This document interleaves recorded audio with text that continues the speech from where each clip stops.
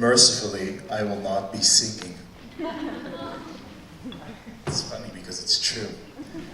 At this time tomorrow, as we congregate around tables laden with bottles of wine and brisket and other good things, we may, if our faculties do not abandon us somewhere between the third cup and the fourth, stop to reflect about the profound strangeness of the text that we are reading. Unlike other definitional, civilizational stories of great wars and great ideas, the Mahabharata, the Iliad, the Haggadah comes to us wrapped in a mist of mystery.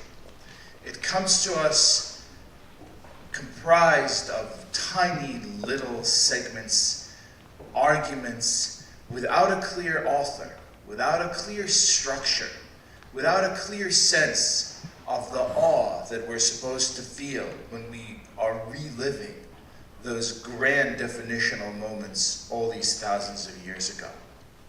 It is indeed a puzzle, a code for us to decipher. And at the heart of it, I think, is one, if we may click forward, particularly strange moment.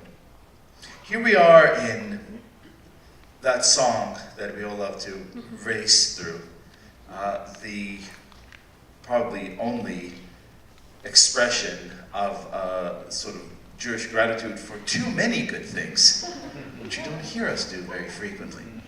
And we say Dayenu, it would have been enough had all these good things happened to us. Until we hit one particular spot. Ilu kirvanu lifnei har Sinai, velo natan lanu et haTorah, Dayenu. If he had brought us before Mount Sinai and had not given us the Torah, it would have been enough. Really? If we didn't get the Torah, it would have been enough? Why then are we obliged to spend the next 8 days not eating leavened bread? Why are we here reading an interminable story as our children are nagging to go do something else? Why are we a part of this entire structure? And what would have been the meaning of congregating before a mountain, only then to be told that there's really nothing for you to see here, kindly do go home? It is, as I said, a code. And the answer is to be found in 5 short words in the story of the Exodus. Vayechan sham Yisrael neged hahar. This, as those of you who retain some of your Hebrew may notice, is a perfectly grammatically incorrect sentence. Israel are a people. The people are plural. It should have said Vayechnu, which indeed is the correct form that the story of the Exodus uses again and again and again. Here, however, it uses curiously the singular. And this, the late LABAlive Rebbe, whose birthday we celebrated this week, said, is the whole purpose of the strange notion in Dayenu. Because standing there at the foothills of the mountain, 600,000 men, women, and children were not 600,000 individuals, each with their own hopes and dreams and consciousness. They were as one. And the Torah makes this one exception to give us this one moment of singular unity, to tell us that even in the expectation of receiving the word of God, all the Jews came together, which Lord knows has not happened since. What are we supposed to take from that beautiful yet, somewhat spongy story?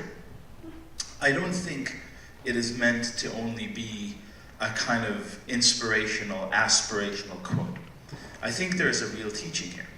On the obvious level, there is obviously the note that the whole story of the Exodus boils down to the teaching or the commandment of remembering that we too were once strangers in a strange land.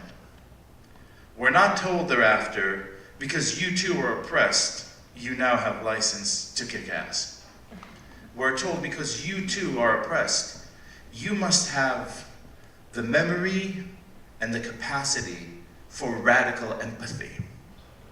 It's easy to kind of fog this over when we're talking about grand national narratives. So the Mishnah has one more story for us, which comes from Tractate Sanhedrin. Rabbi Yehuda says, in my days, 6 men could study Torah while wrapped in one talis, in one prayer shawl. And the wise men said, really? Man, how big were prayer shawls your days? Because right now, they're barely enough for one person. How might that have been possible? And they provide an answer that is very pertinent to this story of the Exodus. 6 men could wrap themselves in one prayer shawl, the Gemara goes on to elaborate, because each person wanted only one thing, for all of his friends to be covered. Because each person didn't think, well, you know, I'm probably not perfectly wrapped. I must kind of jockey for a little bit more fabric, for a little bit more coverage. But rather, each person stopped to think only of the needs of others. And when that happens, impossibly, great miracles happen. When that happens, when we stand in the mountain, on the foothills of the mountain, and manage to do so as one, without quarreling, without fighting, without putting each other down, thinking only of each other's well-being, and thinking of all the things that unite us, that is a force the Exodus tells us, the Haggadah tells us, the story of Passover tells us. That is a force even greater than the Torah.